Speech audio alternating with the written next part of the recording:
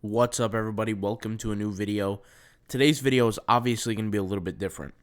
I've had this request more than once, a few times. I had Chili Variety, shout out to Chili Variety. She asked this question. Gillian asked this question in emails. There were a few other people who asked this question. I'm sorry if I forgot the names, and I completely apologize for the names who asked this similar question. But I always get the question, how do you get the motivation? How do you get the discipline? How do you get the work ethic? How do you learn how to learn to create more work, create more success on these platforms? And I'll go ahead and explain it, okay?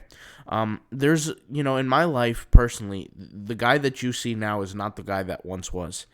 In fact, I actually had extreme adversity early on when I was a very young kid. And when I was a very young kid, my family, the way I was raised is my parents valued school the most. They valued school, and school was something that they had the idea that was going to take us out of, the life that we were living, right? The poverty, the uncomfortableness, the lack of income, things like that. And at the time, they were right. During their period of time, school was the number one thing. There was really nothing else. There was no internet money. There was no, creating a business was something very rare because you needed hundreds of thousands, if not millions, as an upfront investment to start. There weren't these opportunities that you have today. And at the time, I can't blame my parents, but that's what they believed. School was the option. And honestly, I believe that too. But as a kid who grew up in a very school-oriented household, my parents looked at, you have to do good from school from day one.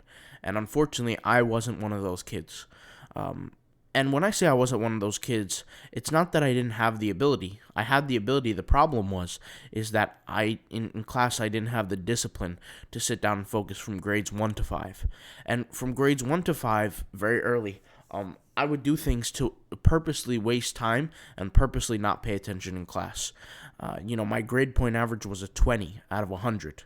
We're talking below failure, okay? And I'll explain how I passed the years and things like that, and I moved on from class to class. But I would look at the clock all day, and I would count as many seconds as I could before the clock would do a full rotation for 60 seconds. And I would make it like a competition within myself, and I would sit there and not pay attention to what the teacher says, and I would just, essentially daydream. I wouldn't focus on schoolwork, essentially. I would come home, not do any homework, not care about school whatsoever because I never understood the value of it, and I would just, leave it where it may. Until my dad, he had an idea to start incentivizing me to do better in school.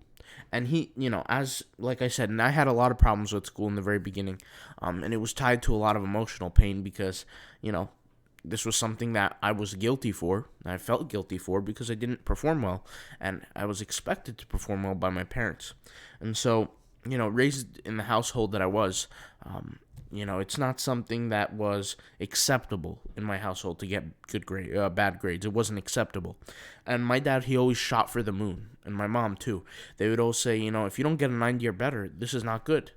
And for me, you got to keep in mind, I'm a person who gets 20 on average, like a 20 out of 100, right? And I'm not exaggerating when I say that. That was my grade point average.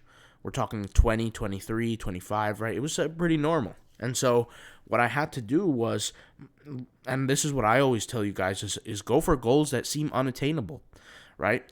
And slowly, I started learning the value of paying attention in class. And this, by the way, came with a lot of struggle. It didn't happen right away. It happened over a period of a few years. And then by the time I hit the 6th grade, I was reaching those 90-plus averages in school. And for me, that period of time between, let's say, the 3rd grade to the 5th grade, where I actually started struggling to learn how to learn, right? That is the point where I learned very, very early on in my life what adversity looked like and what succeeding from adversity looked like. It's not like I didn't succeed towards the end. Like I said, towards the 6th grade, that's when I started to actually do well, and I had the 90 and above. And the way my dad would incentivize me is he would say, okay, listen, for every grade that you get above a 90, I'll give you $2. And for every grade you get below a 90, you have to pay me $2. And that's how the method worked. And so that's kind of the best method. And if I have kids, I'm going to do the same thing with my kids. I'm going to do the exact same thing because I was blessed enough and lucky enough to have parents that would be actually willing to do something like that for me. And I was lucky enough that my parents could afford it. We weren't doing well whatsoever, but, they worked it out. And I always told my parents, I was always amazed at how they were able to maintain, a financial status of, paying off the bills and still being able to take care of us as a family with such low income. And for me, like I said, it was adversity at its finest at a young age. I don't think many kids deal with adversity unless they were abused or something very, very emotionally taxing and very, very damaging. But I kind of had that kind of adversity in a controlled environment, in a way. That's the best way I could say it. And because, sometimes when you're a young kid and you go through too much adversity, it breaks you as a person, and you don't know what to do with it, and you don't know how to deal with it, and it, messes up your whole entire life. For me, I guess you could say, and by the way, there were some other adversities that came along that I really don't feel like talking about here on camera. I'm just not developed in that level of my life yet to even talk about, but, the level of adversity for me was understanding that here's a problem. Can I fix it? How can I fix it? And how long will it take to get done? And it took years to get done, and it took years to maintain, and it took years, a lot of emotional pain, a lot of mental stress, and a lot of effort. And that was really where I learned the value of effort. Because I always say to you guys now, when you're working on print on demand, when you're trying to make money online, put in the effort. It doesn't matter if you're getting the results in the beginning. It doesn't matter what you get out of it yet. The results will come over time as long as you put in the effort, but they're not going to come if you don't put consistent effort over a period of years, if not months, right? And so, there is that element of effort. And so, like I said, very early on, I started to learn the value of effort. I started to learn the value of hard work. And then later, as I got older, I learned that, school wasn't necessarily for me. I was doing well in it, but it wasn't for me. It wasn't something that I enjoyed. It wasn't something that I could, mentally withstand for any longer, sitting in a classroom and listening to a professor. And I just couldn't do it. Mentally, I couldn't do it. It was a lot for me mentally. And after I graduated, I said, I'm done. Like, I can't do this ever again. And I don't think I could. It's just not the person I am, or, that's not the person I want to be. And maybe I am, really, maybe there is no such thing as, the person you are. Maybe you just put yourself in a position and you adapt to it. But the reality is it's not something that I wanted to do. And so that's why I jumped onto making money online. Now, I use those same tactics, guys, of understanding the value of hard work and consistency from school when I was a young kid to everything else, right? And I try to incentivize myself now. And I try to think to myself, okay, how much work, designs I have to put in to get to my first dollar? How much skills do I have to acquire to get my first, sale, or whatever the case may be? And I'm always motivating myself to push forward. And, motivation is a weird word because it comes and goes. It doesn't really stay there. It's not stable. You might wake up extremely motivated one day, and then a week later, you might not be motivated whatsoever. And that's why I think it's very important to come up with a game plan. And I think anybody who's successful really comes up with a game plan because they visualize their success. And I think this is also another really important thing is visualization. I remember when I was a young kid, I used to watch or listen to, right before school, I would listen to Arnold Schwarzenegger's 7 Rules to Success. And one of the things that he would say is you have to visualize your success, and you have to picture what success looks like to you. And I would do that. I would visualize, in the classroom, I would visualize getting a 90 on that exam, getting 100 on that exam. And even if I shot for 100 and I got lower, so what? At least I didn't visualize, or I didn't shoot for something that's extremely low, because I would never get higher than my lowest expectation, right? Like, so for example, if I visualize an 80, I would never get something higher than an 80, because that's what I visualized, right? And there's a lot of people who, and when I say visualize, guys, I'm not talking about law of attraction, just sit there, visualize, and it pops up. That's not really what I'm talking about. You have to do the work up front in the beginning before that can happen, right? And some people get it confused when I say do the work up front. It's not doing some work, it's doing all the work. doing as much work as you possibly can for your natural abilities, right? If you have 10 hours of time, you got to use up all those 10 hours of time to do the work to achieve that goal. And so for me, I would visualize what I wanted. So right now with print on demand, with Redbubble, with all these different things, I'm visualizing my end of year goal where I have 10 stores at the end of the year, 10 stores with 60 designs every day on each store, coming out to about 22 to 20,000 designs at the end of the year, where I started from January up until now. And that's my visualization. And I visualize now the type of passive income that's going to come from all of these stores. I visualize every single day these stores creating income for me on a passive income, whether it be on a small level or a large level. It doesn't really matter. As long as it's something that's producing something, right? As long as it's something that's contributing to my daily life, even if it's a small amount, even if I sell just a sticker that day, and we're way past that, but still, even if I sell something, it's still something that's bringing in income, which to me is more than I would get on the stock market, right? If I took some money and I invested money in the stock market and I waited it for it to grow 10%, 10% on a high note, right? It could grow 5%, it could grow 4%, it could grow 7%, it could grow 13%. I could control my outcome instead, have all the control in my end, not risk any money, and just work on something, and I can gain way more than that. Way more than that. So, I mean, I'm not saying stocks are bad or anything like that. Don't get me wrong. But all I'm saying is that I think of the vision. I think of the outcome that I want. I visualize it.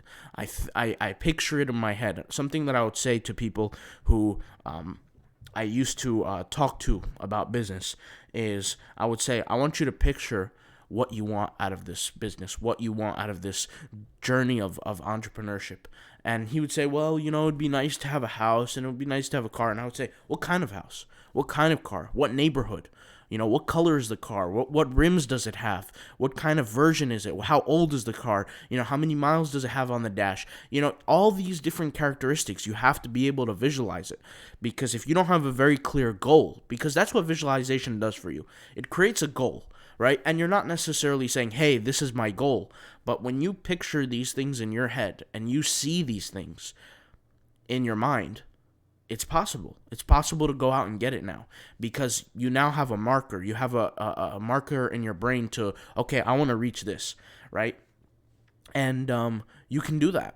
And in a matter of a few years, you can achieve that. 2, 3, 4, 5 years, you can achieve that. I think it's just different based on everybody's goals. So if somebody says, yeah, I want to get a mansion with a Lamborghini and a McLaren and I want, a 6-car garage, okay, that's going to be a certain amount of money. But if somebody says, I just want to be financially free, I don't want to have to go to work, that's going to take a much lower level of money. So you just got to be, realistic with your goal as well. I mean, I'm not saying downgrade your goals as well. I'm just saying be realistic with the time frame, right?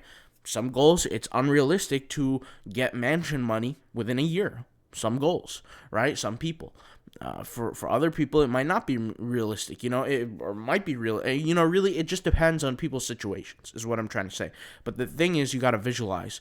And I'm going to keep it real. Sometimes we don't have the motivation within us, and we need to find it from outside if we're struggling. And that's what I did sometimes. I would listen to motivational content from Arnold Schwarzenegger every morning, like I said, before school. And he would have the 7 rules to success.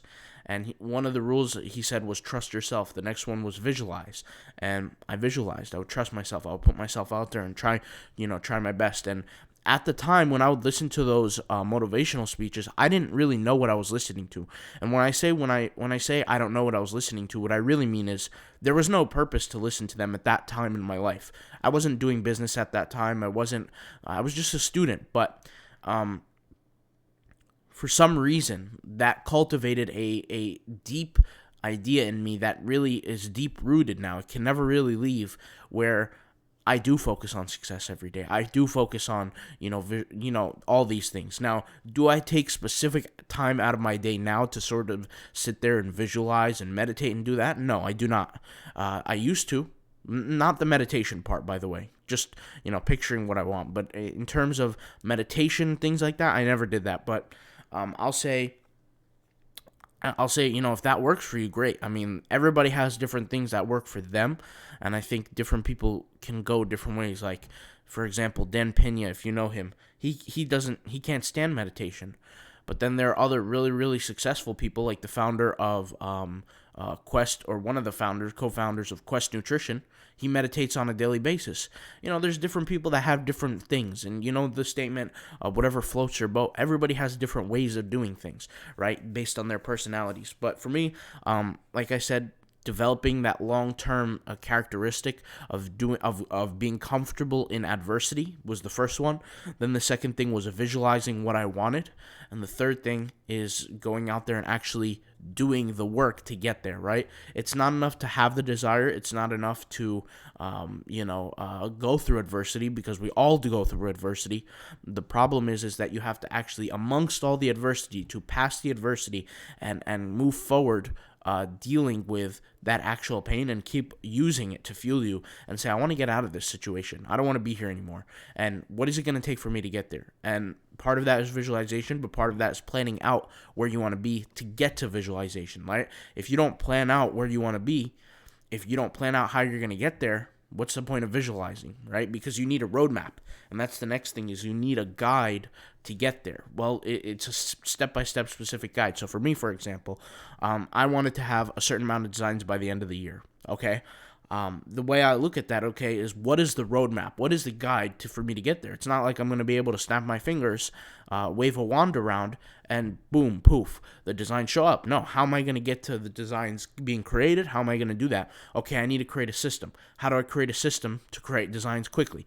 Okay, so the system is 60 designs per day, every day, for X amount of months, and I get the result that I want. Okay, great. What's the percentage of sales that I'm going to get, or what's the income of the level of income I'm going to get per store? Okay, so if I have 10 stores, how am I going to, okay, all right, and I map it all together, and that becomes my roadmap, right? But if I can't see exactly how I'm going to get there with a step-by-step guide, I'm lost. And unfortunately, guys, this is the thing that they don't teach in schools. They don't teach you how to learn in schools. They don't teach you how to develop discipline, or they don't teach you any of these things. They'll teach you trigonometry. They'll teach you how to measure the shape of a triangle. How to measure the distance from length to height and width, and all that's valuable. Don't get me wrong. In a certain circumstance, all that's valuable. But the problem is that we don't learn how to develop ourselves as human beings. And school wasn't really created for that, right? School was created to develop the best employees they possibly can. It wasn't designed to create entrepreneurs or self-reliant business people, or not even, forget entrepreneurs. Forget the fancy word of being an entrepreneur. Just an online hustler. Just a hustler. Just somebody who goes out there and tries to achieve their very best every day. School's not designed for that. School's designed for, to put you in a system, right? And put you in order from shortest to tallest, right? You guys know how it is at a young age. It's the conditioning of the mind from a very, very young age for control. And I'm not saying that that's a bad thing. Some people, they cannot operate unless they live a life of control, right? Other people, they thrive in a life of freedom. It's just difference. I'm not saying one is worse than the other, right? Some people like the control. Some people like, when they at being at the grade 2 or grade 3 or grade 4, and they hop on that line from shortest to tallest, and then they have to raise their hand to go use the bathroom. That was things that I hated. I didn't like to ask for permission. I couldn't understand as a kid growing up, why do I have to ask for permission from a teacher to be able to raise my hand and use the bathroom? How can she command my biological needs? What if I do need to use a bathroom? I have to sit there and ask her, right? And I get it. I totally get it. School is one of those things where if those rules aren't in place, it would be total anarchy. It would be total chaos. But like I said, school is not designed for the hustlers, the people who want to get ahead in life. It's designed for, the factory workers and there's no disrespect behind that, but it's designed for the people who are programmed, essentially, is the best way I could say it. And a lot of us, we go into these businesses, these things, and we have extreme difficulty, not because of the actual business is difficult, but because we can't think for ourselves, because we're so instituted. We have this pre-programmed, pre-wired mind to think a certain way. And like I said, it's just the way it is. I mean, that's the reality, and that's why it's so difficult. And that's why when some people ask me, like, what's harder? Is it being a doctor or being a business person? Like a true business person where you create a business from scratch and build it up. And I say, listen, being a doctor is a long path. You're going to sit there and you're going to read from books and things like that. But with business or entrepreneurship, you don't have a book. There's no guidebook. There's no book saying you, okay, chapter 1, do this. Chapter 2, do this. Chapter 3, do this. There is none of that with business. You have to figure it all out yourself. It's a jungle out there. And nobody's coming to save you with business. Nobody's going to say, you know what? Let me hold your hand and build this for you. Nobody's going to do that, unfortunately.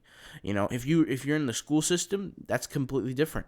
A teacher could potentially give you the answers to the test before the test date. And the reality is it's not the school system doesn't test you on what you know. It tests you on what you write down on that piece of paper. They don't know if you cheated off somebody else, if you memorized something and then forgot it a week later. None of that information is relevant, right? All of it has to do is what do you put down on that piece of paper at that moment. But entrepreneurship is completely different because it represents a deep understanding of something, and it represents an outcome approach, right? You can sit down all day in front of a computer, but if you don't produce something, then you don't get the reward. With school, it's a very different. You get credit for showing up, right? The attendance aspect. So all these things, in my opinion, are just different ways to, and the ways I look at things to fuel me to move forward. And, there is no magic formula. There is no, I feel this way in the morning, or I get up and I start jumping up and down. Like, for example, the whole Tony Robbins thing where people stand in their seat or stand up and then they start jumping up and down and screaming to the top of their lungs. I get it. It might work for some people. That doesn't work for me. I'm just sharing what works for me personally. And for me, it's all about, what do I want? How am I going to get there? And how is it going to take? How long is it going to take? And what do I have to do to get there? And that's essentially it. In terms of learning how to learn, like I said, I had to face that adversity very early on. And a lot of the times it just takes very, very intense focus for an extreme long period of time without giving up. And if you look at business, guys, for some people it takes them 40 years to get somewhere. For some people it takes them 10 years. For some people it takes them 1 year. All of those people have one thing in common. They are willing to withstand the pain for as long as possible, as long as till they make it. There's that common meme. It's like if you guys ever seen that meme where there's like this one guy who's digging for the jewels or digging for the gold, and he's like a millimeter away, and then he turns back, and then there's another guy who takes this crazy route, and he finally gets there, right? Meanwhile, he could have just went perfectly straight. It's kind of like how business is. I mean, if you really, really want to get there, you cannot turn back. And the unfortunate thing is, for the people who do turn back, they can never really truly turn back. And when I say turn back, is they're forever tainted by the idea of what could have been, right? Like if I open a world to you where I show you I'm making passive income, you're now in quote-unquote red pilled. You've taken a pill now that you cannot get out of your system. Forever it will be in your system. Forever you will know that there is an opportunity out there. And that's going to torture you mentally because, you might not have the circumstances to go after. You might not have, whatever, because if you turn back in the past. So it's just like the way, I share these kind of thoughts. And so hopefully this video helped you guys out from that approach. I do get a lot of, like I said, a significant amount of comments the past few weeks and the past few days about, how do I stay motivated, or how do I learn how to learn, or how do I get the inspiration to keep going and do this and do that. And that's essentially all I do. All right. I'll talk to you guys later. Thank you guys for watching. Peace out. Bye.